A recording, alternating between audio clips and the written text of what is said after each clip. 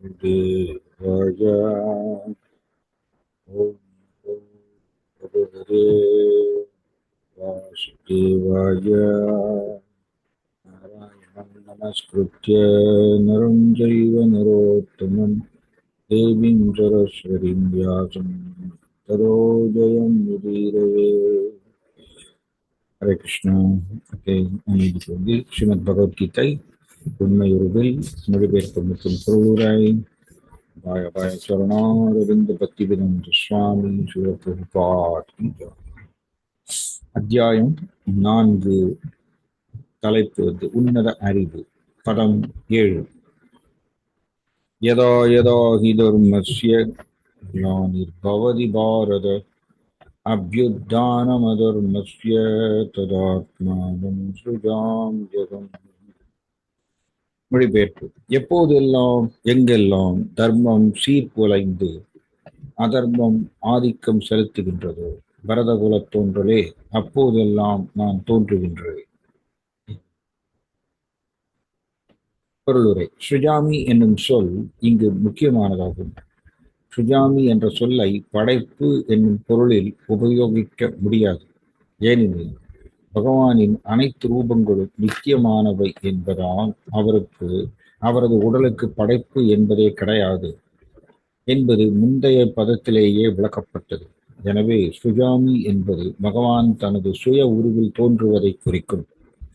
பிரம்மாவின் பகலில் 7வது மனுவின் 28வது யுகத்தில் துவாபர யுகத்தின் இறுதி என்ற ஒரு வரையறையின் படி பகவான் தோன்றினாலும் அவர் இத்தகு சட்டத்திட்டங்களுக்கு உட்பட வேண்டிய அவசியம் ஏதுமில்லை. ஏனெனில் தனது விருப்பப்படி எந்த வழியிலும் செயல்பட அவருக்கு பூர்ண சுதந்திரம் உண்டு.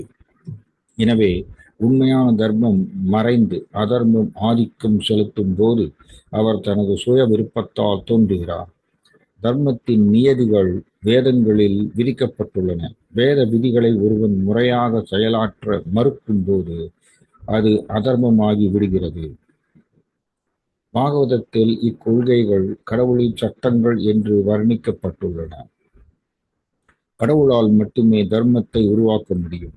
மேலும் வேதங்கள் முதலில் பிரம்மாவின் இதயத்தில் பகவானால் உபதேசிக்கப்பட்டவையாக ஏற்றுக்கொள்ளப்படுகின்றன. எனவே தர்மத்தின் கொள்கைகள் பரமபுருஷ பகவானின் நேரடி கட்டளைகளாகும். தர்மம் து சாக்ஷாத் பகவத் பிரணீதம். இக்கொள்கைகள் பகவத்கீதை முழுவதும் தெளிவாக குறிப்பிடப்பட்டுள்ளன. அத்தகைய கொள்கைகளை முழுமுதற் கடவுளின் ஆணையின்படி நிலைநிறுத்துவதே வேதங்களின் குறிக்கோளாகும். மேலும் தர்மத்தின் மிக உயர்ந்த கொள்கை தன்னிடம் சரணடைவதை அன்றி வேறொன்றுமில்லை என்பதை கீதையின் முடிவில் பகவான் நேரடியாக ஆணையிடுகிறார். வேத கொள்கைகள் அவரிடம் முழுமையாக சரணடைவதை நோக்கி ஒருவனை கொண்டு செல்கின்றன. அக்கொள்கைகள் அசுரர்களால் துன்புறுத்தப்படும் போது பகவான் தோன்றுகிறார். லௌகீகம் மிகவும் தீவிரமாகி லௌகீகவாதிகள் வேத நியதிகளை தங்களது சுயநலனுக்காக துஷ்பிரயோகம் செய்த போது தோன்றிய கிருஷ்ணரின் அவதாரமே புத்தர் என்பதை நாம் பாகவதத்திலிருந்து அறிகிறோம். சில குறிப்பிட்ட நோக்கத்தை அடையும் பொருட்டு மிருக பலியில் ஈடுபடுவோருக்கு பற்பல சட்டத்திட்டங்களும் விதிமுறைகளும் வேதங்களில் கொடுக்கப்பட்டுள்ளன. இருப்பினும் அசுர எண்ணம் கொண்ட மக்கள் வேத விதிமுறைகளை கண்டுகொள்ளாமல் மிருக பலியில் ஈடுபட்டனர். அந்த அபத்தத்தை தடுப்பதற்காகவும் வேத கொள்கையான அகிம்சையை நிலைநிறுத்துவதற்காகவும் புத்தர் தோன்றினார். எனவே பகவானின் ஒவ்வொரு குறிப்பிட்ட அவதாரத்திலும் குறிப்பிட்ட நோக்கம் உண்டு. இவை அனைத்தும் சாஸ்திரங்களில் விளக்கப்பட்டுள்ளன. சாஸ்திரங்களில் குறிப்பிடப்படாத எவரையும் அவதாரமாக ஏற்றுக்கொள்ளக்கூடாது. பாரத மண்ணில் மட்டுமே பகவான் தோன்றுகிறார் என்பதும் உண்மை அல்ல. அவர் விரும்பும்போது எங்கு வேண்டுமானாலும் அவரால் தோன்ற முடியும். ஒவ்வொரு அவதாரத்திலும் அந்த குறிப்பிட்ட சந்தர்ப்பத்தில் உள்ள குறிப்பிட்ட மக்கள் புரிந்து கொள்ளக்கூடிய அளவிற்கு தர்மத்தை பற்றி அவர் உபதேசிக்கின்றார். ஆனால் நோக்கம் ஒன்று, தர்ம நியதிக்கு கீழ்ப்படிந்து இறை உணர்வுடன் வாழ்வதற்கு மக்களை வழி நடத்துதல் என்பதே அது. சில சமயங்களில் அவர் தாமே வருகிறார். சில சமயங்களில் அவரால் அங்கீகரிக்கப்பட்ட பிரதிநிதியை மகன் அல்லது சேவகனின் வடிவில் அனுப்புகிறார். அல்லது சில சமயங்களில் அவரே மறைக்கப்பட்ட உருவில் தோன்றுகிறார். அர்ஜுனனுக்கு உபதேசிக்கப்பட்ட பகவத்கீதையின் கொள்கைகள் மற்ற உயர்ந்த மக்களுக்கும் உரித்தானதாகும். ஏனெனில் உலகின் பிற பகுதிகளைச் சேர்ந்த சாதாரண மக்களை விட அவன் மிகவும் முன்னேறியவன். இரண்டும் இரண்டும் நான்கு என்பது ஆரம்ப பள்ளிக்கூடத்திலும் சரி, மேம்பட்ட கணித பயிற்சி கூடத்திலும் சரி மாறாத உண்மையாகும். இருப்பினும் கணிதத்தில் ஆரம்ப கல்வியும் உயர்கல்வியும் உள்ளது. எனவே பகவானின் எல்லா அவதாரங்களிலும் ஒரே கொள்கை கற்பிக்கப்பட்டாலும் சந்தர்ப்பங்களுக்கு ஏற்ப அவற்றில் ஆரம்ப உயர்தரங்கள் உண்டு. பின்னால் விளக்கப்படுவது போல தர்மத்தின் உயர் கொள்கைகள் சமுதாய வாழ்வின் 4 வர்ணங்களையும் 4 ஆசிரமங்களையும் ஏற்பதிலிருந்து ஆரம்பமாகின்றன. கிருஷ்ண உணர்வை எல்லா இடங்களிலும் எழுப்புவதே அனைத்து அவதாரங்களின் இறுதி நோக்கமாகும். இந்த உணர்வு வெவ்வேறு சூழ்நிலைக்கு தகுந்தாற்போல சில சமயங்களில் தோன்றும், சில சமயங்களில் தோன்றாது. ஓம் தத் சத்.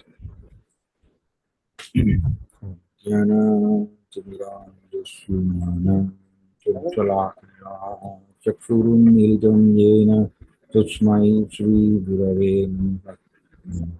कृष्णपादाय कृष्णप्रस्थाय भूतले श्रीमदे जयप्रतापस्वामिन्नामिने कार्यपादाय निताय कृपप्रदायिने गौरगददामदाय नगरग्रामदारिणे कृष्णपादाय कृष्णप्रस्थाय भूतले श्रीमदे भक्तिवेदान्तस्वामिन्निधि नामिने नमस्ते सरस्वती देवे गौरवाणी प्रचारिणे निर्विशेषशून्यवादी पाश्चात्यदेशधारिणे कृष्ण चैतन्य प्रभु नित्यानंदा श्री अद्वैत गदाधर श्रीवासादि गौर भक्तवृंद कृष्ण हरे कृष्ण कृष्ण कृष्ण हरे हरे हरे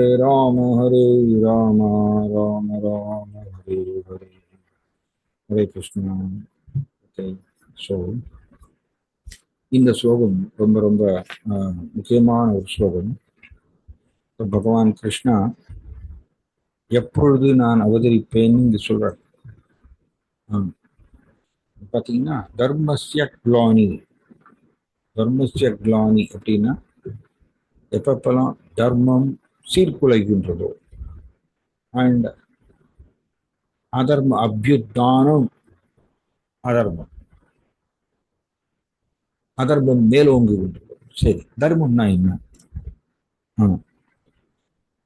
ஆக்சுவலி ஸ்ரீமத் பாகவதத்துல ஒரு அருமையான ஒரு ஸ்லோகம் வருது. சபை பும்சாம் பரோ தர்மோ ஏதோ பக்தி ரதோக்ஷுதே அகைத்துகி அப்பிரதிகதா ஏயாத்மா சுப்ரசீததி. பரோதர்மம்னா மிக உயர்ந்த தர்மம். பும்சாம்னா மனுஷனுடைய மிக உயர்ந்த தர்மம் என்ன அப்படின்னா ஓ பக்தர் அதோக்ஷஜே. கிருஷ்ணாவுக்கு ஒரு பெயர் அதோக்ஷஜான் பெயர். ஏன் கிருஷ்ணாவுக்கு அதோக்ஷஜான் ஒரு பெயர்? ஏன்னா கிருஷ்ணா நம்மளுடைய கண்களுக்கு அப்பாற்பட்டவர், நம்ம கண்ணால பார்க்க முடியாது. அதனால அவருக்கு அதோக்ஷஜா அப்படின்னு ஒரு பெயர் வருது. ஸோ ஏதோ பக்திர் அதோக்ஷஜே அப்படின்னா மனுஷனுடைய மிக உயர்ந்த தர்மம் பகவான் கிருஷ்ணரை நோக்கி அன்பு வளர்த்துக் கொள்வதாம். இதுதான் மனுஷனுடைய மிக உயர்ந்த தர்மம். அகைத்துகி அப்பிரதிகதா ஏயாத்மா சுப்ரசீததி. அந்த அன்பு எப்படி இருக்கணுமாமா? எந்த ஒரு எதிர்பார்ப்பும் இருக்கக்கூடாது. ஸ்ரீ சைத்தன்ய மகாபிரபு பகவான் கிருஷ்ணரை 500 வருஷங்களுக்கு முன்னாடி பக்தர் உருவத்துல தோன்றி இதை செஞ்சு காமிச்சார். பார்த்தீங்கன்னா ஆஸ்லிஷ்யவாபாத ரதோம் தினுஸ்துவாம் ஆதர்ஷனான் மர்மகதாம் கரோதுவா யதா ததாவா விததோதுலும்பரோ நற்பிராணநாத ஸ்பூசையேவனாக்கரா. அவர் என்ன சொல்றார்? எந்த கண்டிஷனும் நான் போட மாட்டேன். யதா ததாவா விததோதுலும்பரோ. நீங்க எனக்கு கருணை வழங்கினாலும் சரி, நீங்க எனக்கு கருணை வழங்காவிட்டாலும் சரி, எப்படி இருந்தாலும் சரி, என்னுடைய பிராணநாதர் நீங்க தான் அப்படின்னு சொல்றாரு சைத்தன்ய மகாபிரபு. ஸோ இதுதான் ஸ்ரீமத் பாகவதமும் சொல்றது. அன்பு பகவான் கிருஷ்ணரை நோக்கி செலுத்தக்கூடிய அன்பு. பக்தி அப்படிங்கிற வார்த்தைக்கு கரெக்ட் மீனிங், கரெக்ட் அர்த்தம் கொடுக்கணும்னா என்ன அர்த்தம்? அன்புன்னு அர்த்தம், வேற ஒன்றும் இல்லை. பகவானை நேசித்தல், கிருஷ்ணரை நேசித்தல், பக்திங்கிற வார்த்தைக்கு அதான் அர்த்தம். ஸோ இந்த அன்பு எப்படி இருக்கணுமாமா? அகைத்துதி, எந்த ஒரு எதிர்பார்ப்பு இருக்கக்கூடாது. சாதாரணமா ஒருத்தர் வந்து கோவிலுக்கு வராருன்னு வச்சுக்கோங்க. கோவிலுக்கு வராருன்னா அந்த காலத்துல சினிமாவில் சொல்லுவாங்கல்ல, ஒரு பாட்டு ஒரு சினிமாவில் அந்த காலத்துல என்னன்னா, பள்ளிக்கூடம் போகாம பாடத்தை படிக்காம பரீட்சை எழுதாம நான் பாஸ் ஆக வேணும் பிள்ளையாரு, அதுக்கு உங்களுக்கு எத்தனை தேங்காய் உடல் வரும் இல்லையா? இந்த காலத்துல சினிமாவில் வரும். அந்த மாதிரி தான் இப்போ எல்லோரும் கோவிலுக்கு வராங்க. கோவிலுக்கு எதுக்கு வராங்கன்னா, ஒரு தடவை நம்ம கோவிலில் உண்டியலில் வந்து உண்டியல் வந்து 3 மாதத்துக்கு ஒரு தடவை ஒரு கமிட்டி, ஒரு பக்தர்கள் ஒரு குழு, ஒரு கமிட்டி, அவங்கெல்லாம் சேர்ந்து அந்த உண்டியலை ஓப்பன் பண்ணி கவுண்ட் பண்ணுவாங்க. அதில் கவுண்ட் பண்ணும் பொழுது அதில் ஒரு பேப்பர் ஒன்று போட்டிருந்தாங்க. அந்த பேப்பரை எங்கிட்ட கொண்டு வந்து கொடுத்தாங்க. ஏன்னா நான் தான் அக்கௌண்ட்ஸ் ஃபைனான்ஸ் எல்லாத்தையும் பார்க்கறதுனால எங்கிட்ட கொண்டு வந்து கொடுத்தாங்க. அந்த பேப்பரில் என்னென்னா, அவர் பெருசாக ஒருத்தர் எழுதியிருக்காரு, எனக்கு அது வேணும், எனக்கு இது வேணும், எனக்கு இது வேணும்னு சொல்லிட்டு ஒரு பெரிய லிஸ்ட்டு பெட்டிஷன் போட்டிருக்காரு உண்டியல்ல. அதை கொண்டு வந்து எங்கிட்ட கொண்டு கொடுத்தாங்க. எதுக்கு சொல்ல வரேன்னா, மனிதர்கள் இந்த கோவிலுக்கு எதுக்கு வர்றாங்கன்னா, எனக்கு இதை பண்ணுங்க, எனக்கு இந்த பிரச்சனை இருக்கு, நீங்க எனக்கு வந்து இதை தீர்த்து வைக்கணும், நான் உங்களுக்கு இது பண்றேன். இது வந்து வியாபாரம். வியாபாரம் வியாபாரம் தானே. நான் 100 ரூபா கொடுக்குறேன், எனக்கு 100 ரூபாய்க்கு உண்டான பொருள் கொடுங்க. அதே மாதிரியே பகவான் கிருஷ்ணட்டையும் மனிதர்கள் இந்த அனுபவிக்குங்கிற சுவாவம், மனப்பான்மை இருக்கிறதுனால அவர்கள் இந்த மாதிரி வந்து பெட்டிஷன் போடுறாங்க கோவில்ல வந்து பகவான்கிட்ட. ஆனால் எப்படி சொல்லியிருக்கு? அகைத்துகி. அகைத்துகினா எந்த ஒரு எதிர்பார்ப்பு இருக்கக்கூடாது. நீ என்ன வேணா என்னை செய்யலாம், நான் உங்களுடைய கை பொம்மை. பிரபுபாதர் வந்து அவர் வந்து இந்த கிருஷ்ண பக்தியை வந்து பரப்புறதுக்கு மேலை நாட்டுக்கு வந்து ஒரு கப்பலில் சென்றார். கப்பலில் போகும்பொழுது பாஸ்டன்ல வந்து கப்பல் நின்றுச்சு. அப்போ பிரபுபாதர் ஒரு கவிதை எழுதுகிறார் பகவானை நோக்கி, கிருஷ்ணாவை நோக்கி. பிரபுபாதர் ஒரு பெரிய ஒரு கவிஞர், நிறைய கவிதை எழுதியிருக்கார் பகவானை நோக்கி. வங்காள கவிதை நிறைய எழுதியிருக்கார். ஸோ அதில் பாஸ்டன்ல அந்த கப்பல் நிற்கும் பொழுது இவர் வந்து பகவானை நோக்கி ஒரு வங்காள கவிதை எழுதுறார். மார்க்கினி பாகவத தர்மா அப்படிங்கிற ஒரு வங்காள பாட்டு. இந்த வங்காள பாட்டுல என்ன சொல்றாருன்னா, நான் உங்களுடைய கை பொம்மை. பிரபுபாதர் அப்படி சொல்றாருங்க. ஸ்தாபக ஆச்சாரியர், இஸ்கானுடைய ஸ்தாபக ஆச்சாரியர், அவ்வளவு பெரிய ஆச்சாரியர். ஆனா பகவான் கிருஷ்ணா முன்னாடி அவ்வளவு பணிவோடு அவர் வந்து சொல்றார் பாட்டுல, நான் உங்களுடைய கை பொம்மை, நீங்க எப்படி வேணா நாச்சாவ் நாச்சாவ் அப்படின்னு சொல்றாரு. நீங்க எப்படி வேணா என்னை நீங்க ஆட்டலாம், உங்களுக்கு முழு அதிகாரம் உண்டு. எதற்கோசரம் என்னைய நீங்க வந்து இந்த அமெரிக்காவுக்கு என்னைய கொண்டு வந்திருக்கீங்கன்னு எனக்கு தெரியல. ஆனால் எனக்கு உங்களுடைய நாமம் மேல எனக்கு முழு நம்பிக்கை உண்டு அப்படின்னு ஒரு பெரிய கவிதைங்க. அந்த கவிதை எழுதிட்டு கடைசியில பிரபுபாதரை எப்படி எழுதுறாருன்னா, யுவர் இன்சிக்னிபிகன்ட் பெக்கர் ஏசி பக்தி வேதாந்த சுவாமி அப்படின்னு எழுதுறாரு. அதாவது உங்களுடைய முக்கியம் இல்லாத ஒரு பிச்சைக்காரன் அப்படின்னு சொல்லி கீழே ஏசி பக்தி வேதாந்த சுவாமி அப்படின்னு சைன் பண்றாரு. அவ்வளவு பெரிய ஆச்சாரியார் பகவான்கிட்ட எவ்வளவு பணிவோடு அவர் வந்து இது பண்றாரு. உங்களுடைய கைப்பொம்மை நான், நீங்க எப்படி வேணா என்னைய ஆட்டலாம். இதுதான் அந்த ஆக்சுவலி பக்தி. இதுதான் பக்தி. பக்தினா எந்த கண்டிஷனும் இருக்கக்கூடாது. பகவான்கிட்ட எந்த கண்டிஷனும் போடக்கூடாது. அவரை வந்து பகவான் யாரு? நம்மளுடைய அம்மா. பிதா நமஸ்தே ஜெகதோ மாதா தாதா பிதா மகா. நம்மளுடைய அம்மா, அப்பா அண்ட் தாதா. தாதான்னு நம்மளுடைய பாதுகாவலர். எல்லாமே கிருஷ்ணா தான். அவருக்கு தெரியும் குழந்தைக்கு என்ன கொடுக்கணும், எவ்வளவு கொடுக்கணும், எப்போ கொடுக்கணும், எல்லாமே அவருக்கு தெரியும். நம்ம கேட்கணும்னு அவசியம் இல்லை. நம்ம கேட்டோம்னு வச்சுக்கோங்க, பக்தியினுடைய தரம் குறைஞ்சு போயிடும். அது பேர் தான் அகைத்துபி. அகைத்துபின்னா எந்த எதிர்பார்ப்பும் இல்லாம.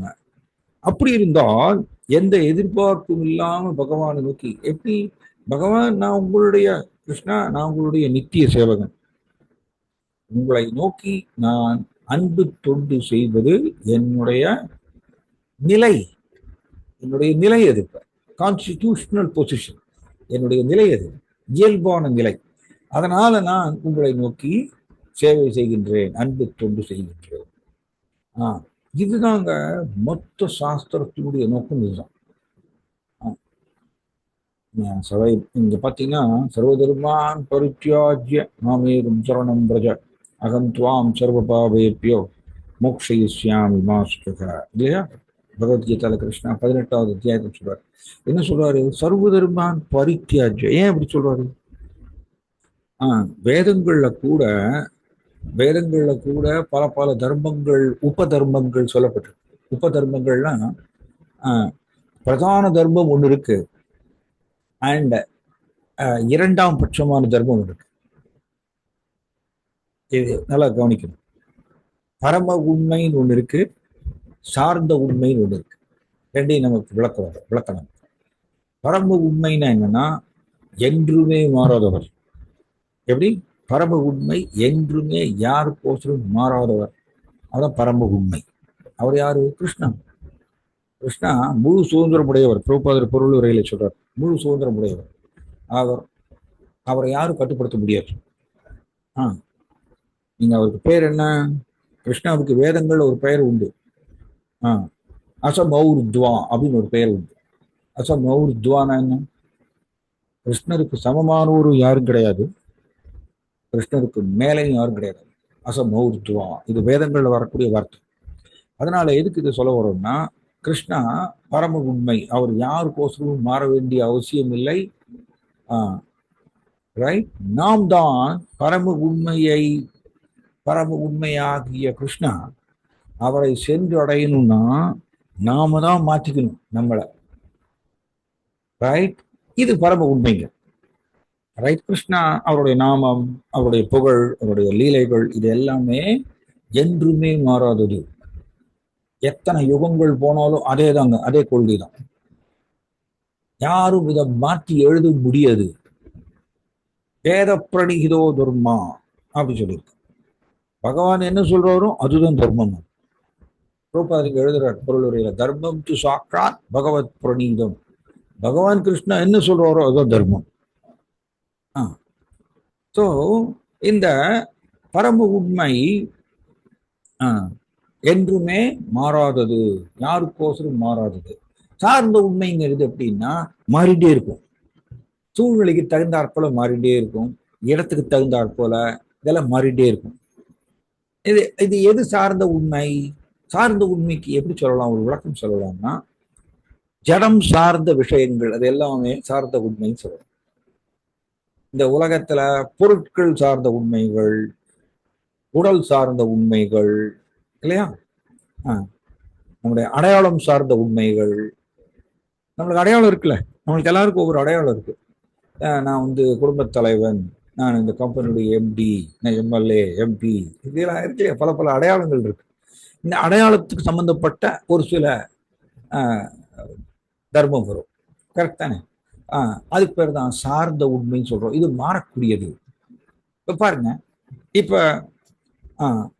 இப்ப வந்து ஒரு அடையாளம் நம்மளுக்கு இருக்கு. அந்த அடையாளம் நம்மளுக்கு பர்மனண்டா இருக்குமா? இருக்காது. உடலை விட்டாச்சுன்னா அந்த அடையாளம் முடிஞ்சு போச்சு. அந்த அடையாளம் அவ்வளவுதான். இப்ப நம்ம சப்போஸ் நம்ம இந்த ஜென்மத்துல ஒரு குடும்ப தலைவனா இருப்போம் அப்படின்னு வச்சுப்போம். உதாரணத்துக்கு நான் மரணம் ஆயிடுச்சுன்னா நான் அடுத்த ஜென்மத்துல குடும்ப தலைவர்னு இதை கண்டினியூ பண்ண முடியாது. இதுக்கு பேர் தான் சார்ந்த உண்மை. சார்ந்த உண்மை காலத்துக்கு தகுந்தாற் போல, சூழ்நிலைக்கு தகுந்தாற் போல மாறிட்டே இருக்கும். ஸோ இந்த பொருட்கள் சார்ந்த உண்மைகள், உடல் சார்ந்த உண்மைகள், அடையாளங்கள் சார்ந்த உண்மைகள், உலகம் சார்ந்த உண்மைகள், இதெல்லாமே சார்ந்த உண்மைன்னு சொல்லலாம். விளக்கம். சரி, இந்த சார்ந்த உண்மைகளுக்கு பேர் தான் உபதர்மம்னு பேரு. உபதர்மம். உபதர்மம் இப்ப வர்ணாசிரமம் இருக்கு சாஸ்திரத்துல இல்லையா? வர்ணாசிரமம் 4 வர்ணங்கள், 4 ஆசிரமங்கள் இருக்கு. ஆஹ் 4 வர்ணங்கள் என்ன? பிராமணர், சத்திரியர், வைஷ்யர், சூத்ரர். தென் 4 ஆசிரமங்கள் இருக்கு. பிரம்மச்சாரி, கிரகஸ்தர், வானப்பிரஸ்தம், சன்னியாசம். இப்படி 4 வர்ணங்கள், 4 ஆசிரமம். ஒவ்வொரு வருணத்துக்கும் ஒவ்வொரு ஆசிரமத்துக்கும் விதிக்கப்பட்ட கடமைகள் சொல்லப்பட்டிருக்கு வேதங்கள்ல. ரைட். இந்த கடமைகள் இதெல்லாம் சார்ந்த உண்மைதான். நல்லா புரிஞ்சுக்கணும். ஏன்னா நான் இந்த ஜென்மத்துல வேணா நான் பிரம்மச்சாரியா இருக்கலாம், ஆறு கிரகஸ்தரா இருக்கலாம். நான் அடுத்த ஜென்மத்திலும் இதே மாதிரி இருப்பேங்கிற என்ன கேரண்டி? கிடையாது, மாறும். நான் ஏதாவது முஸ்லீம் குடும்பத்துல பிறக்கலாம், தெரியாது. இல்லை நான் நாயா பிறக்கலாம், தெரியாது. அதனால எதுக்கு இது சொல்ல வரோம்னா, இதுதான் ஸ்ரீ சைத்தன்ய மகாபிரபு பகவான் கிருஷ்ணரே பக்தர் உருவத்துல 500 வருஷங்களுக்கு முன்னாடி தோன்றியவர். அவருக்கும் ஸ்ரீ சைத்தன்ய மகாபிரபுவுக்கும் ராமானந்த ராய் ரொம்ப சைத்தன்ய மகாபிரபுடைய ரொம்ப நெருங்கிய பக்தர். இவங்க 2 பேருக்கும் உரையாடல் நடந்தது. சைத்தன்ய மகாபிரபு பகவான் பக்தர் உருவத்தில் இருக்கார். அவர் கேள்வி கேட்கிறார், ஓ ராமானந்த ராய், எது மிகவும் தலை சிறந்தது சொல்லு அப்படின்னு கேட்கிறார். முதல்ல ராமானந்த ராய் என்ன சொல்றாரு, ஓ மகாபிரபு, நீங்க முழு முதற் கடவுள், நீங்க ஏன் வாயிலிட்டு கேட்கறீங்க, இருந்தாலும் நீங்க தான் ஏன் பேச தூண்டுறீங்க, நான் சொல்றேன். ராமானந்த ராய் சொல்றார், வர்ணாசிரமம் தலை சிறந்தது அப்படின்னு. சைத்தன்ய மகாபிரபு என்ன பண்ணார் தெரியுமா? யகோ பாஹ்யா அப்படின்னு சொல்லிட்டார். யகோ பாஹ்யான்னு என்ன அர்த்தம்னா, அது வெளிப்புற ரீதியானது அப்படின்னு சொல்லிட்டு அதை ரிஜெக்ட் பண்ணிட்டார். நல்லா புரிஞ்சுக்கணும். வர்ணாசிரமம் வெளிப்புற ரீதியானதுன்னு சொல்லி அதை ரிஜெக்ட் பண்ணிடுறாரு. அது வேண்டாம், மேல போ அப்படிங்கிறார். இப்படி ராமானந்தராய் ஒவ்வொன்னா சொல்லிட்டே வர்றார். பக்தியை பத்தி சொல்லும் பொழுது சைத்தன்ய மகாபிரபு பயங்கர சந்தோஷம், வெரி குட், மேலும் போ அப்படிங்கிறார். கடைசியில அவர் பகவான் கிருஷ்ணரை நோக்கி இந்த பிரேமையை வளர்த்துக் கொள்வது, இதை சொல்லும் பொழுது ராமானந்தரா இதை சொல்லும்போது சைத்தன்ய மகாபிரபுக்கு அவருடைய முகமெல்லாம் மலர்ந்து போயிருந்தாங்க, பயங்கர சந்தோஷம். ஸோ எதுக்கு இதை சொல்ல வரோம்னா, வர்ணாசிரமம்ங்கிறது ஒரு சார்ந்த உண்மைதான். ஏன்னா நல்லா கவனிக்கணும், எனக்கு அடையாளம், நான் பிராமணருக்கு அடையாளம் எனக்கு கிடையாது. கரெக்ட் தானே? சைத்தன்ய மகாபிரபு சொல்றார், நாகம் விப்ரோ நச்ச நரபதிர் நாபி வைஷ்யோ ந சூத்ரோ நாகம் வர்ணி நச்ச கிரகபதிர் நோ வனஸ்தோ எதிர்வா கிந்து போத்யன் நிகில பரமானந்த பூர்ணாமிருதாப்தேர் கோபி பர்த்து பரகமலையோர் தாசதாசம் தாசா. Very beautiful shloka. இதோட அர்த்தம் என்ன? சைத்தன்ய மகாபிரபு பிராமணர் குடும்பத்தில் தான் பிறந்தார். ஆனால் சைத்தன்ய மகாபிரபு என்ன போதிக்கிறார்? நாகம் விப்ரோ, நான் பிராமணர் கிடையாது, நான் பிராமணர் கிடையாதுன்னு சொல்றார். நரபதிர், நான் சத்திரியர் கிடையாது. நாபி வைஷ்யோ ந சூத்ரோ, நான் வைஷ்யன் கிடையாது, நான் சூத்ரன் கிடையாது. அடுத்து என்ன சொல்றாரு? நாகம் வர்ணி, நான் பிரம்மச்சாரி கிடையாது, நான் கிரகஸ்தன் கிடையாது. சில பேர் கேள்வி, சில கிளாஸ்ல எல்லாம் சில மாதாஜிஸ் எல்லாம் கேள்வி கேட்பாங்க, பிரபு என்னதான் இருந்தாலும் நாங்கள்லாம் கிரகஸ்தர்கள் அப்படின்னு சொல்லுவாங்க. ஆனா சைத்தன்ய மகாபிரபு என்ன போதிக்கிறாரு? நம்ம கிரகஸ்தர் கிடையாது அப்படின்னு சொல்றாரு. நல்லா புரிஞ்சுக்கணும். நாகம் வர்ணி நச்ச கிரகபதிர், நான் கிரகஸ்தர் கிடையாது, நான் வானப்பிரஸ்தம் கிடையாது, நான் சன்னியாசியும் கிடையாது எடுத்துறார். ஆனா சைத்தன்ய மகாபிரபு சன்னியாசி எடுத்தார். ஆனால் அவர் என்ன போதிக்கிறார்? நான் சன்னியாசியும் கிடையாது. அப்ப நான் யாரு? கிந்து புரோத்யன் நிகில பரமானந்த பூர்ணாமிருதாப்தே கோபி பர்த்து பதகமலையோ தாசதாசம் தாசா.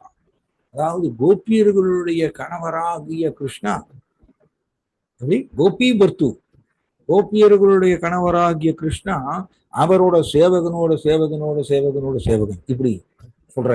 இதுதான் நம்முடைய அடையாளமாகும். இதுதாங்க, இது பரம உண்மை. நல்லா கவனிக்கணும். பரம உண்மைக்கு என்ன டெஃபனேஷன், என்ன விளக்கம் கொடுக்குறோம்?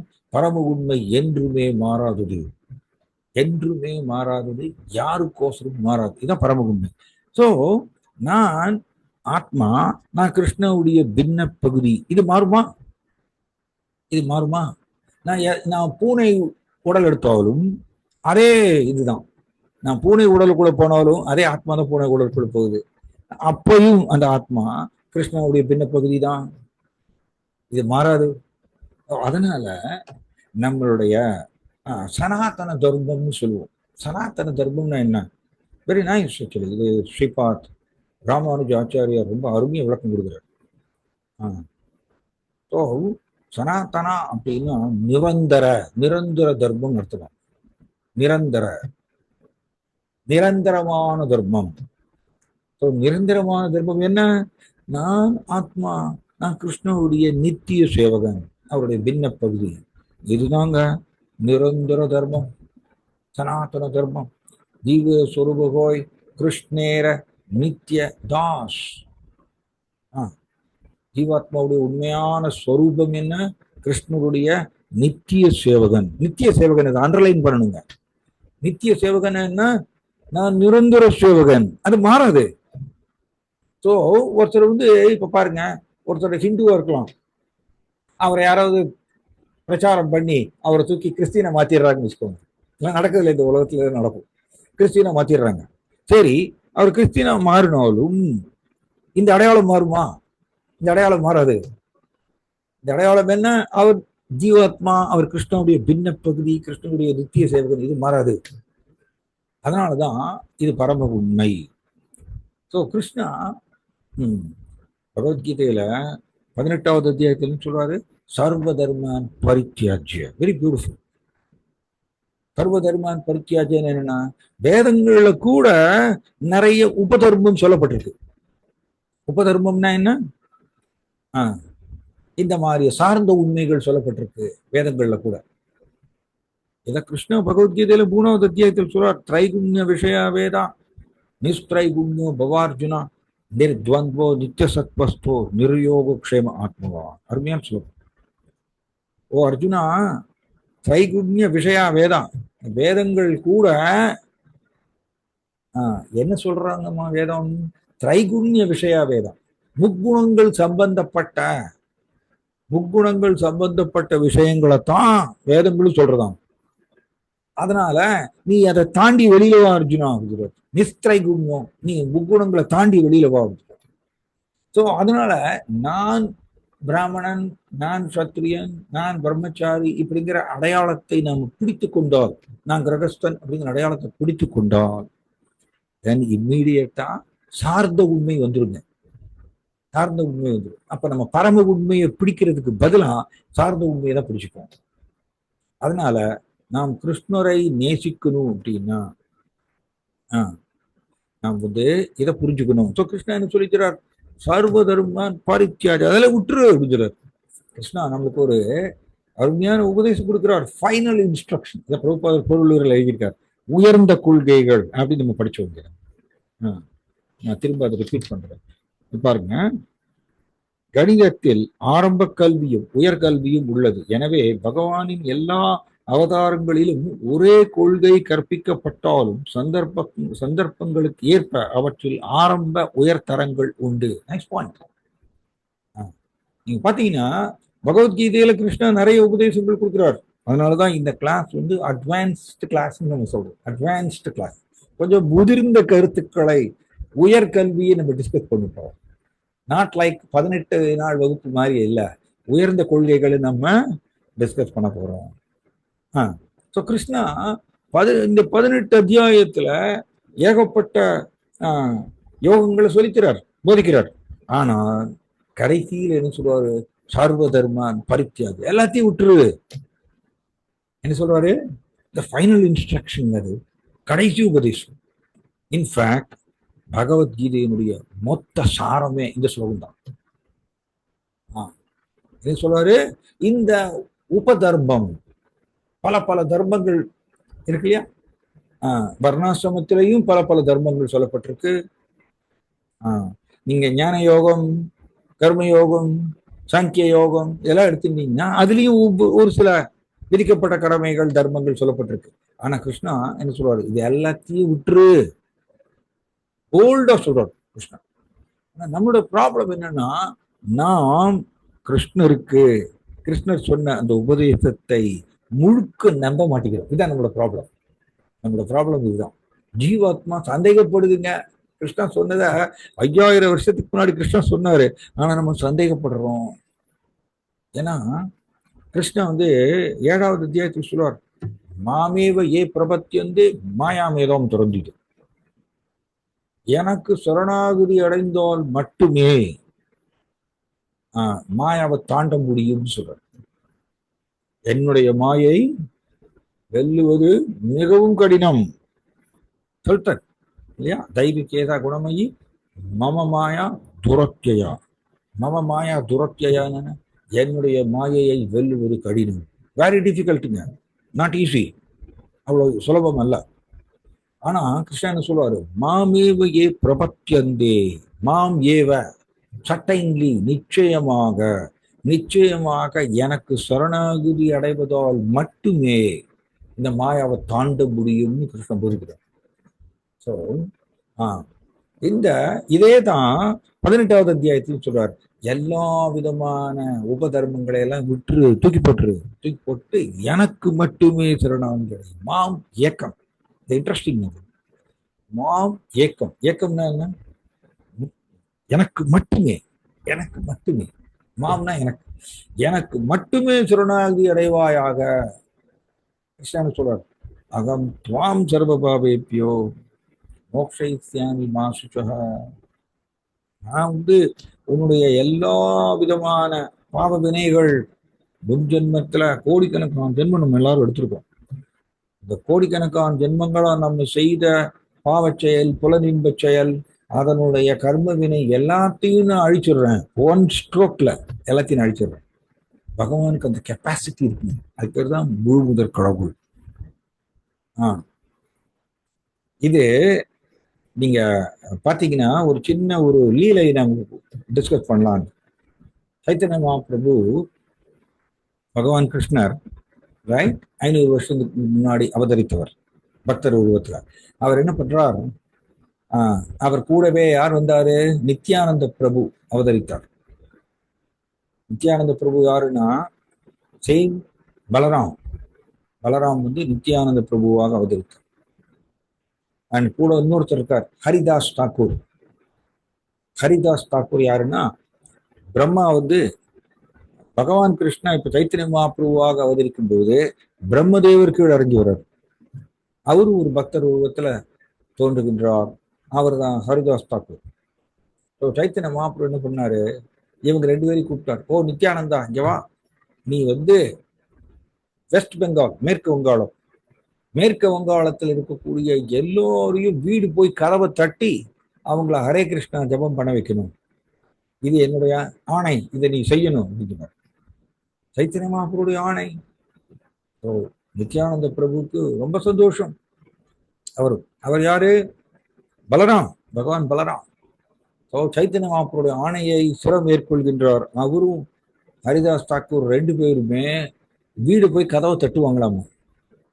வெஸ்ட் பெங்கால்ல, மேற்கு வங்காளத்துல கிரகஸ்தர்களுடைய வீடை கதவை தட்டுவாங்களாமா. கதவை திறந்தா யாரும் இருக்க மாட்டாங்களாமா. ஆனா இவங்க 2 பேரும் காலில் விழுந்து சாஷ்டாங்கமா நமஸ்காரம் பண்ணிடுவாங்களாம். நித்யானந்த பிரபு பார்த்தீங்கன்னா ஜொலிப்போறவங்க, அவ்வளவு தேஜஸ் இருந்தவங்க அவருடைய ரூபத்தில் இருந்து. ஏன்னா அவர் பகவான் பலராம். அப்ப இவருடைய உடம்புல இருந்து வரக்கூடிய இவ்வளவு பிரம்மாண்டமான தேஜஸை பார்த்துட்டு அங்க இருக்கக்கூடிய அந்த கிரகஸ்தர் என்ன சொல்லுவாரோ, ஐயோ எதுக்குங்க என் காலில் விடுறீங்க, எழுந்திரிங்க, உங்களுக்கு என்ன வேணும். நித்யானந்த பிரபு சொல்லுவாராமா, ஒரு தடவை ஹரே கிருஷ்ணா கிருஷ்ண கிருஷ்ணா ஹரே ஹரே, ஹரே ராம ராம ராம ஹரே ஹரே, ஒரு தடவை ஹரே கிருஷ்ணா சொல்லுங்க அப்படின்னு வேண்டி வரோம் நித்யானந்த பிரபு. இவருடைய ரூபத்தில் வரக்கூடிய பிரம்மாண்டமான தேஜஸ் ஒளி இதுல கவரப்பட்டு அந்த வீட்டு கிரகஸ்தர் உடனே என்ன கட்டாயம் சொல்றேன் ஹரே கிருஷ்ணன் சொல்லுவாங்க. இப்படியாக நித்யானந்த பிரபு ஹரிதாஸ் தாக்கூரும் ஒவ்வொரு வீட கதவு தட்டி ஹரே கிருஷ்ணா சொல்ல வச்சாங்க. எதுக்கு இதை டிஸ்கஸ் பண்றோம்னா, அப்ப அந்த ஊர்ல 2 பேர் இருந்தாங்களாம். பேர் ஜகாய் மதாய். இந்த ஜகாய் மதாய் யாருன்னா, கலியுகத்துல தான் இது நடக்குது.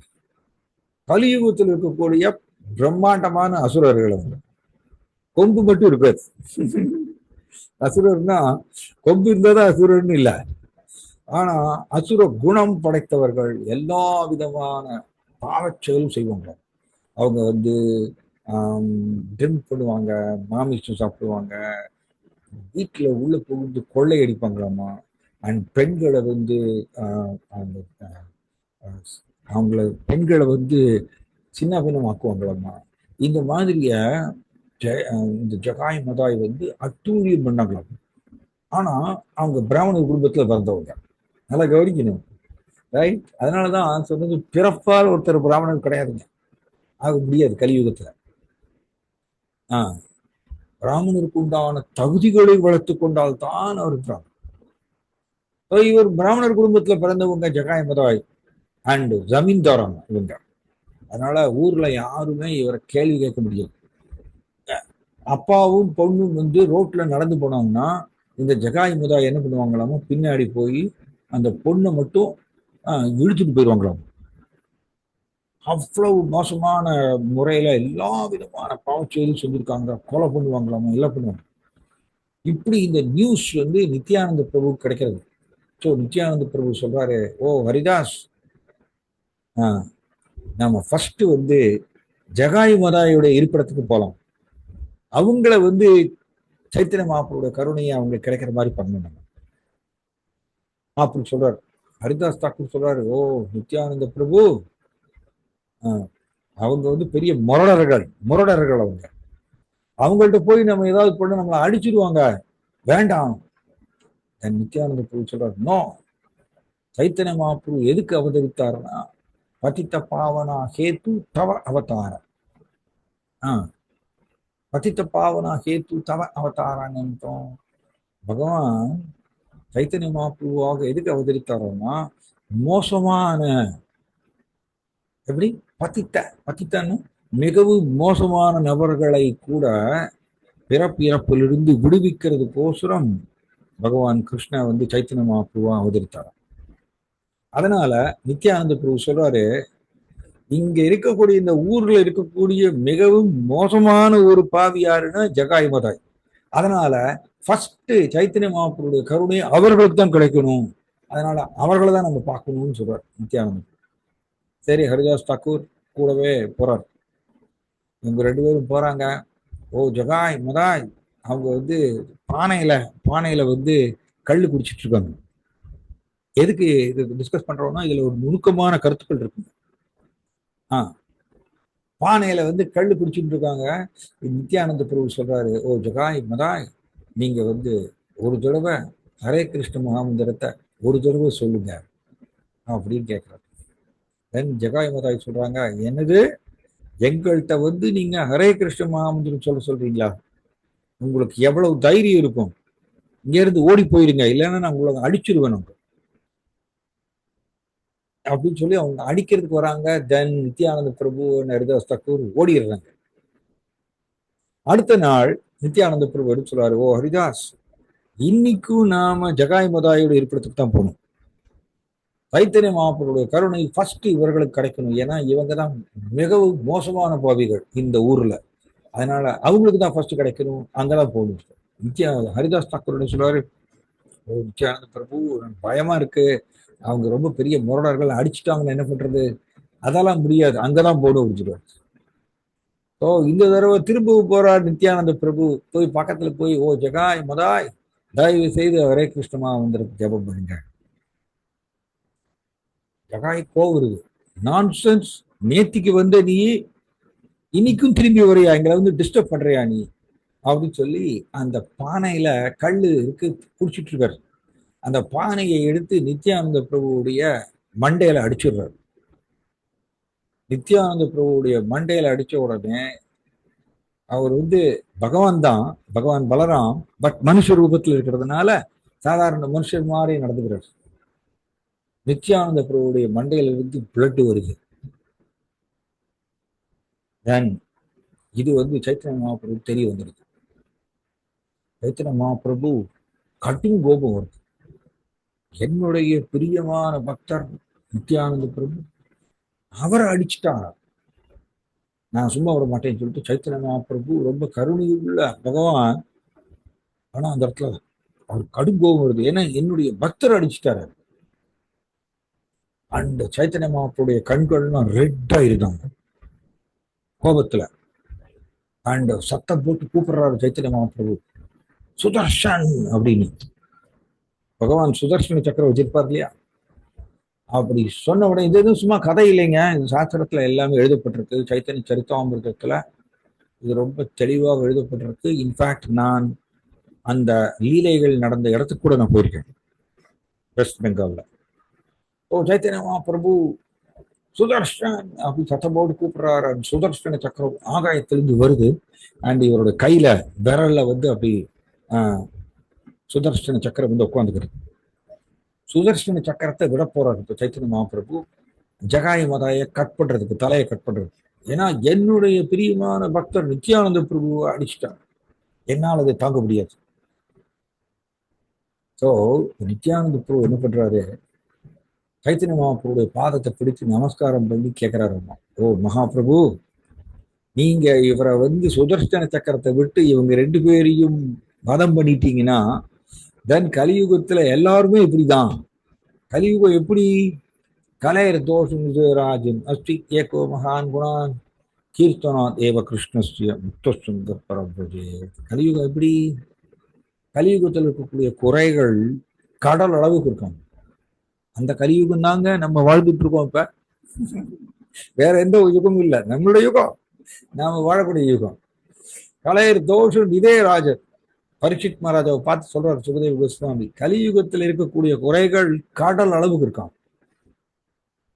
அதனால நித்யானந்த பிரபு சொல்றாரு, ஓ மகாபிரபு, நீங்க வந்து இவரை சுதர்ஷன சக்கரத்தை விட்டு இவங்க ரெண்டு பேரையும் கொண்டுட்டீங்கன்னா தென் நீங்க எல்லாரையுமே, கலியுகத்தில் இருக்கக்கூடிய எல்லா மக்களையும் நீங்க சுதர்ஷன சக்கரத்தை விட்டு அழிக்க வேண்டியதுதான். ஏன்னா எல்லாருமே பாவிகள் தான், கலியுகத்துல குறைகள் நிரம்பியவங்கள் தான். கலியுகம் அப்படிதான். அதனால இவங்களை எல்லாரையும் கொல்றது வந்து கொல்றதுக்கோசரம் நீங்க அவதரிக்கலையே. பதித்த பாவனா சேது தவ அவதார நித்யானந்த பிரபு சொல்றாரு, நீங்க அவதரிச்ச நோக்கமே மிகவும் மோசமான பாவிகளை விடுவிக்கிறதுக்கு தான். ஆனா அவங்களையெல்லாம் சுதர்ஷன சக்கரத்தை விட்டு கொல்றதுக்கோசரம் நீங்க அவதரிக்கல. அதனால தயவு செய்து இந்த ஜகாய மதாய நீங்க வதம் பண்ணக்கூடாது, கொல்லக்கூடாது அப்படின்னு சைத்தன்ய மகாபிரபுடைய பாதத்தை பிடிச்சிட்டு அவர் வேண்டிக்கிறார். சைத்தன்ய மகாபிரபு கோபம் தனியில, இன்னும் கையில சுதர்ஷன சக்கரம் இருக்கு. அவர் சொல்றாரு, ஓ நித்யானந்தா, இவங்க வந்து உன்னை அடிச்சுட்டாங்க, இவங்க உன் பாதத்துல விழுந்து மன்னிப்பு கேட்டாங்கன்னா நான் இவர்களை விடுவேன், இல்லைன்னா இவங்களை நான் சுதர்ஷன சக்கரத்தை விட்டு தலையை கட் பண்ணிடுவேன். இது நடக்கிறது யார் பாக்குறாங்க? ஜகாய் மதாய் இது ரெண்டு பேரும் பார்த்துட்டு இருக்காங்க. உடனே மதாய் சொல்றாரு ஜகாயை பார்த்து, ஏ ஜகாய், இந்த நித்யானந்த பிரபு நாம் இவரை மண்டையில அடிச்சிட்டோம், மண்டையிலிருந்து பிளட் வருது, ஆனாலும் அவர் என்ன சொல்றாராமா, அடிச்ச போது என்ன சொல்றாராமா, பிளட் வருது, ஆனா கையை வச்சு அமுத்திக்கிறாராம். அமுத்திட்டு சொல்றாரு, பரவாயில்ல, நீங்க மண்டையில அடிச்சிட்டீங்க, இருந்தாலும் பரவாயில்ல, நீங்க ஹரே கிருஷ்ணா ஒரு தடவை சொல்லுங்க அப்படி சொன்னாராம். ஸோ இந்த மதாய் சொல்றார், ஓ ஜகாய், நாம் இவரை வந்து மண்டையில அடிச்சோம், பிளட் வந்தது, ஆனா இவர் நமக்கோசரம், நம்மளோட உயிரை பாதுகாக்கிறதுக்கோசரம் சைத்தன்ய மகாபிரபுட்ட வேண்டிக்கிறார். இவர் ரொம்ப அற்புதமான ஒரு நபர். இவர் வந்து காழ்ப்புணர்ச்சி உடையவரா இருந்தாருன்னா என்ன என்ன படிப்பார் இந்த உலகத்துல? எப்படி இந்த உலகத்துல டிட் ஃபார் டட்னு சொல்லுவோம் இல்லையா? டிட் ஃபார் டட், கண்ணுக்கு கண் பழிக்கு பழி, அப்படிதான். அது ரஜஸ்ங்க. நீ என்ன இது பண்ணியா, நான் பதிலுக்கு உன்னை இது பண்ண. இதுதான் இந்த உலகத்துல நடக்கக்கூடிய விஷயங்கள், இதெல்லாம் கச்சடம். ஆனா நித்யானந்த பிரபு அந்த காழ்ப்புணர்ச்சி எதுவும் இல்லாதவர். பகவான் இல்லையா அவரு? பகவான் பலராம் மன்னிக்கிறார். ஸோ இதை பார்த்துட்டு மதாயோட ஹார்ட் நெகிழ்ந்து போயிருந்தாங்க. ஜகாய், இவர் ஒரு அற்புதமான ஒரு பர்சனாலிட்டி. இவர் நம்மளுடைய உயிரை பாதுகாக்கிறதுக்கு சைத்தன்ய மகாபிரபுட்ட மன்றாடுறார். இவரை நம்ம அடிச்சோம் மண்டையில. அதனால இப்படிப்பட்ட ஒரு நபர், அற்புதமான ஒரு பர்சனாலிட்டி, இவருக்கு நாம் முதல்ல பாதத்துல விழுந்து நாம் சரணாகதி அடைவோம் அப்படின்னு இந்த ரெண்டு பிரதர்ஸும் தீர்மானம் பண்றாங்க. அவங்க ஹார்ட் நெகிழ்ந்து போயிருதாம். எப்படிங்க? பகவான் நித்யானந்த பிரபுவுடைய நடத்தையினால மிகவும் மோசமான பாவிகளாகிய ஜகாய் முதாயுடைய ஹார்ட் மாறிடுது. ஜகாய் மதாய் சாஷ்டாங்கமா நித்யானந்தத்துடைய பாதத்துல விழுந்து அவரோட பாதத்தை பிடிச்சு நமஸ்காரம் பண்ணி அழறாங்களாம். ஓ நித்யானந்த பிரபு, தயவு செய்து எங்களை மன்னிச்சிருங்க, நாங்க உங்களை அடிச்சிட்டோம், நாங்க ஏகப்பட்ட பாவம் செஞ்சிட்டோம், எங்களை நீங்க தயவு செய்து நீங்க ரட்சிக்கணும், எங்களை பாதுகாக்கணும், எங்களுக்கு விமோச்சனம் கொடுக்கணும் நீங்க அப்படின்னு அவங்க வேண்டிக்கிறார். நித்யானந்த பிரபுடைய பாதத்தை பிடித்து நமஸ்காரம் பண்ணதுனால சைத்தன்ய மகாபுரோட ஹார்ட் குளிர்ந்து வச்சோம். ஸோ சைத்தன்ய மகாபுரு சுதர்சன சக்கரத்தை மறைஞ்சு போயிருது.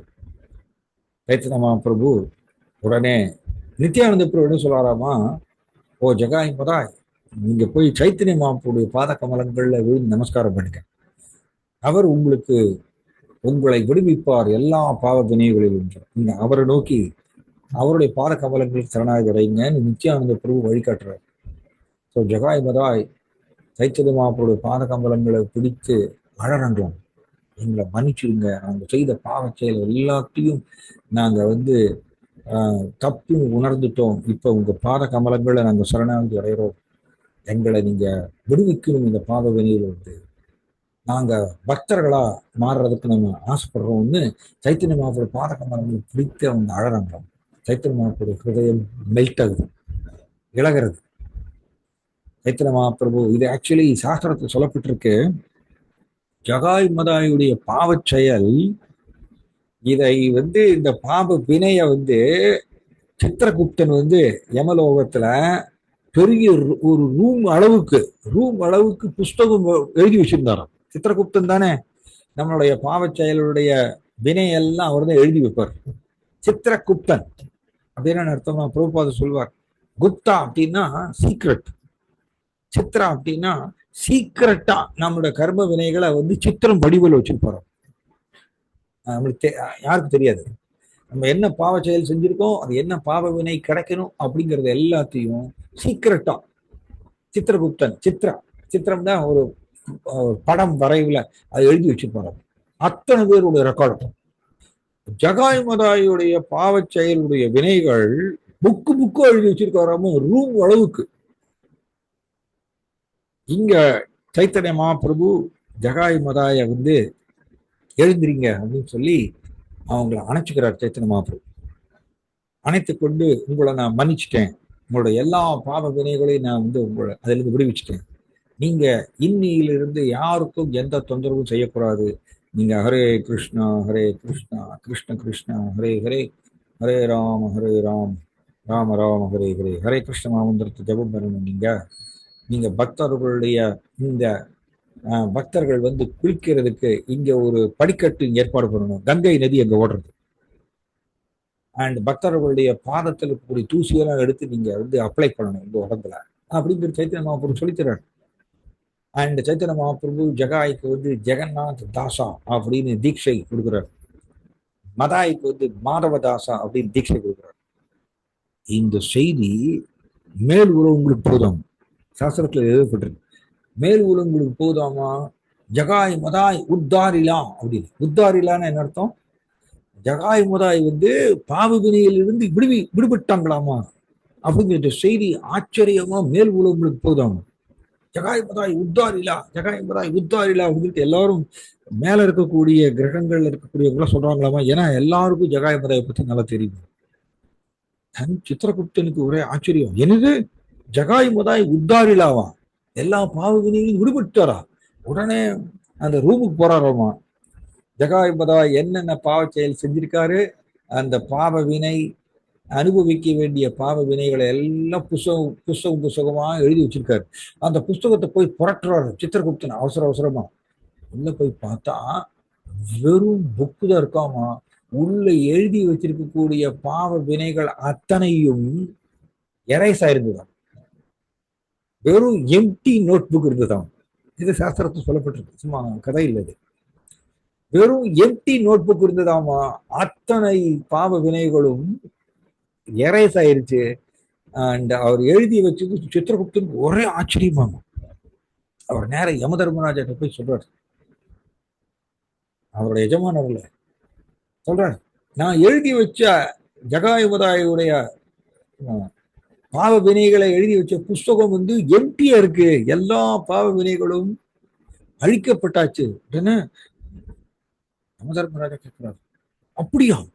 ஜகாயுமதாயுடைய பாவ வினைகளை அழிச்சது யாரு அப்படின்னு கேட்கிறார். தென் சித்திரகுப்தன் சொல்றார், கலியுகத்துல இங்க பூமியில பகவான் கிருஷ்ணா அவதரித்திருக்கார் சைத்தன்ய மகாபிரபுவாக. அவர் ஜகாய் மதாய்க்கு விடுதலை கொடுத்துட்டார் எல்லா பாவ வினைகளும். காரணம், ஜகாய் மதாய் வந்து சைத்தன்ய மகாபிரபுவுக்கு சரணாகதி அடைஞ்சிட்டார் அப்படின்னு அவர் சொன்ன உடனே தன் யம தர்மராஜா சைத்தன்ய மகாபிரபு போட்டுக்கின்றார்.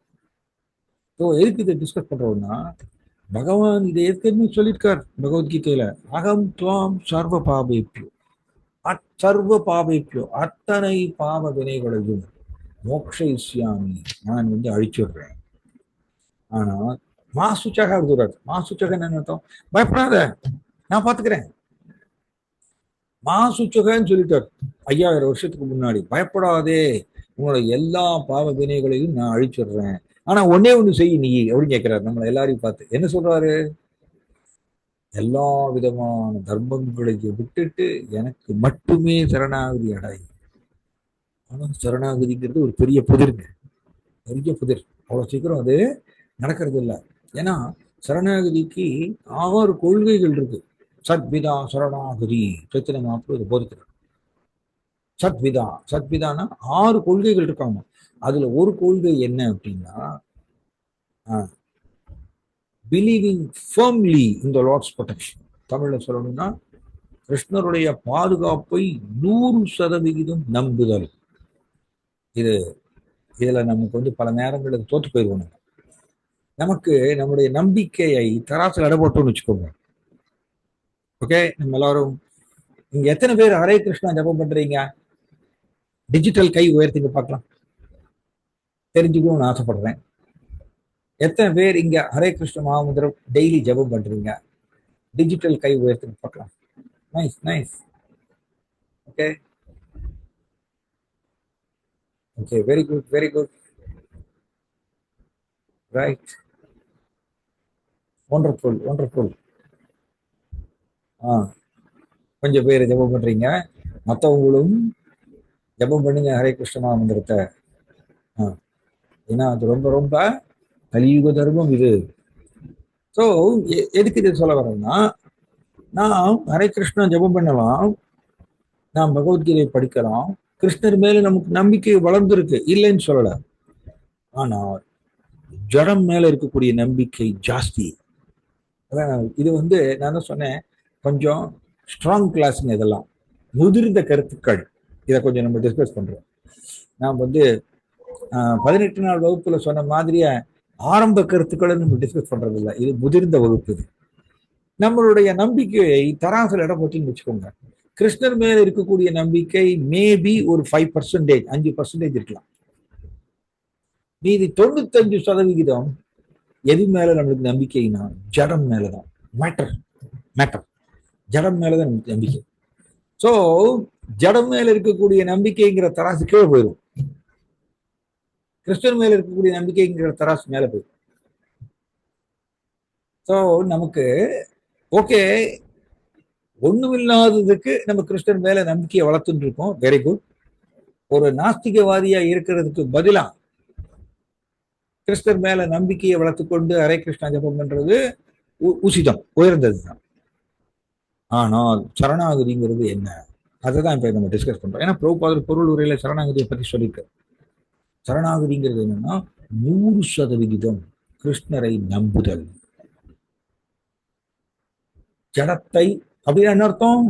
ஜடம் மேல நமக்கு துளி கூட நம்பிக்கை இல்லாமல் இருத்தல், அதுக்கு வருதான் சரணாகதி. இப்ப பாருங்க, நமக்கு எல்லாருக்கும் என்ன நம்பிக்கை?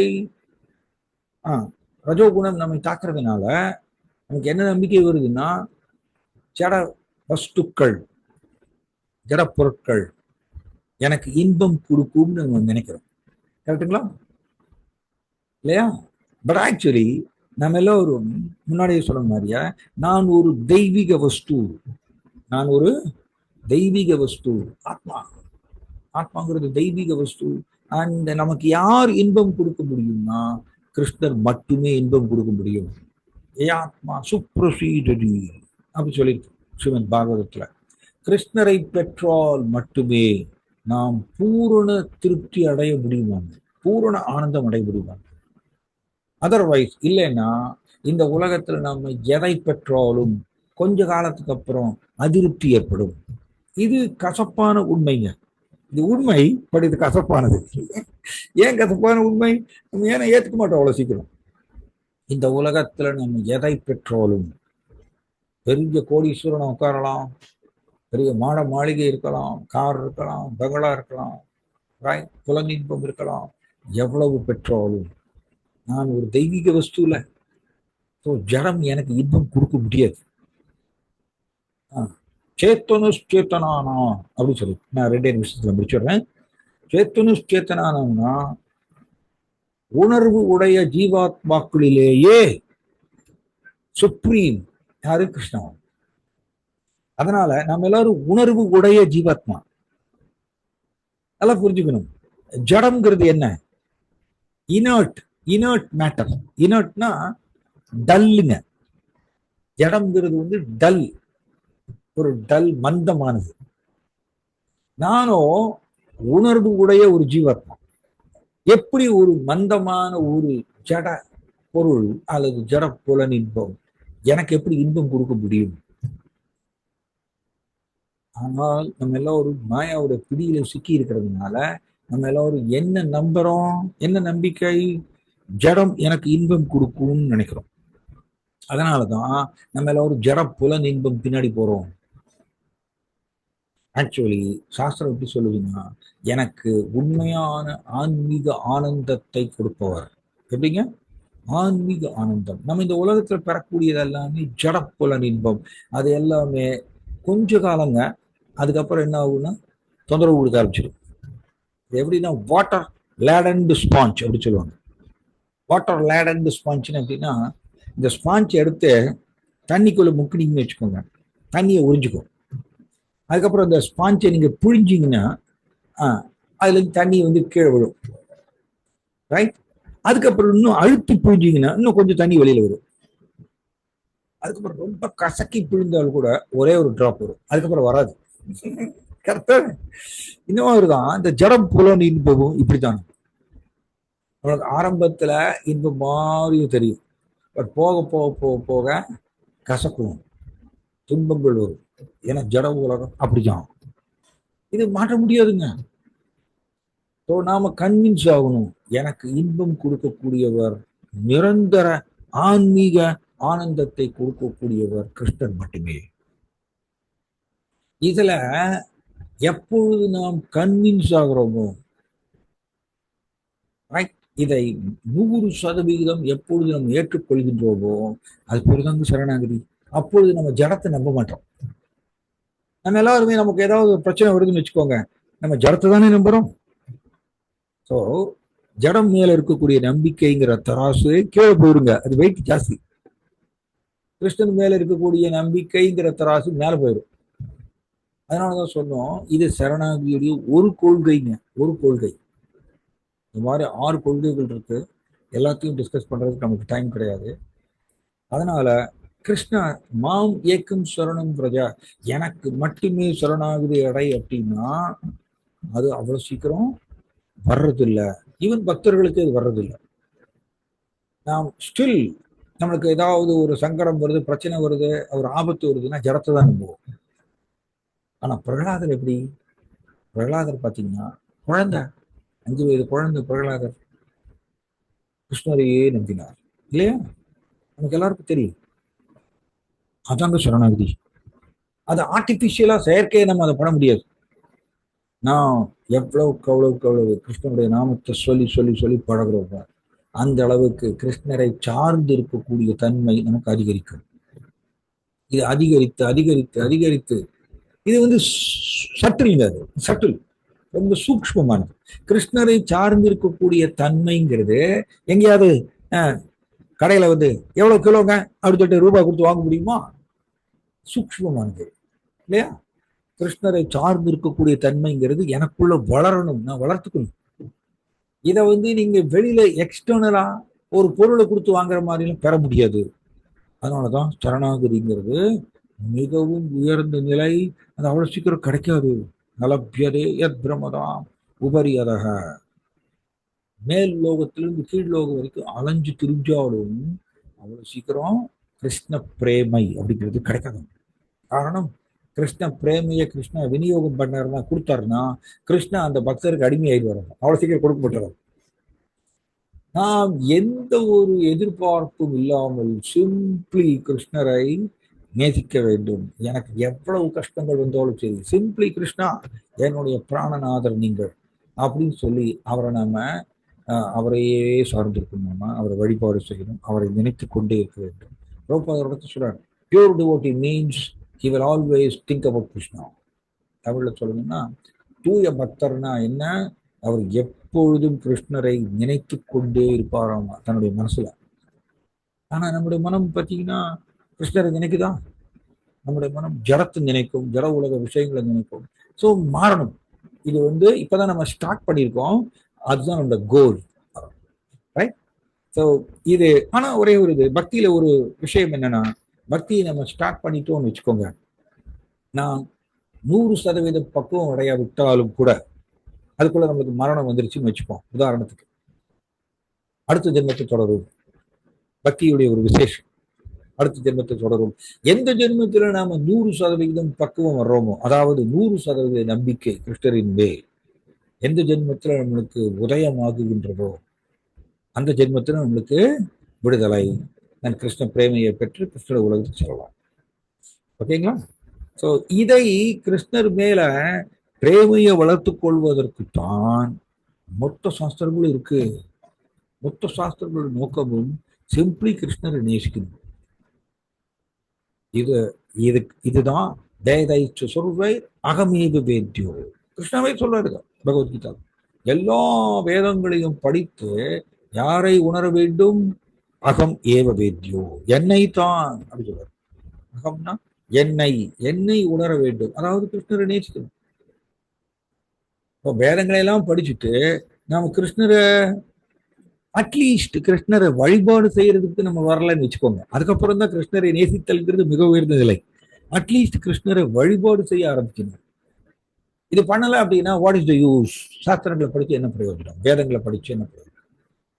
ஓகேங்களா? ரைட்? ஸோ இதுக்கோசரம் தான் பகவான் ஒவ்வொரு யுகந்தோறும் அவதரிக்கின்றார். இந்த மக்கள் என்னை நோக்கி பிரேமையை வளர்த்து கொள்ள வேண்டும், அன்பை வளர்த்து கொள்ள வேண்டும்ங்கிறத சொல்லி கொடுக்கறதுக்கோசரம் பகவானே அவதாரம் செய்யறாரு. சில நேரங்கள்ல தன்னுடைய அந்தரங்க பக்தர்களை அனுப்புறாரு. அவங்க ஆச்சாரியர்.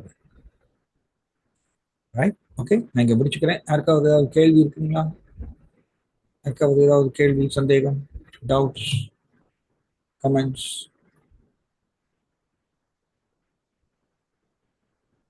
ஓகே, யாருக்கும் இந்த கேள்வி இல்லைங்களா? இப்போ எல்லாரும் ஜபம் பண்ணுங்க, ஹரே கிருஷ்ணா ஜபம் பண்ணுங்க. கலியுகத்தில் இதுதான் best method. Okay, right. I think organise Hare Krishna Prabhu. கேள்வி யாருக்குள்ள போல இருக்கு?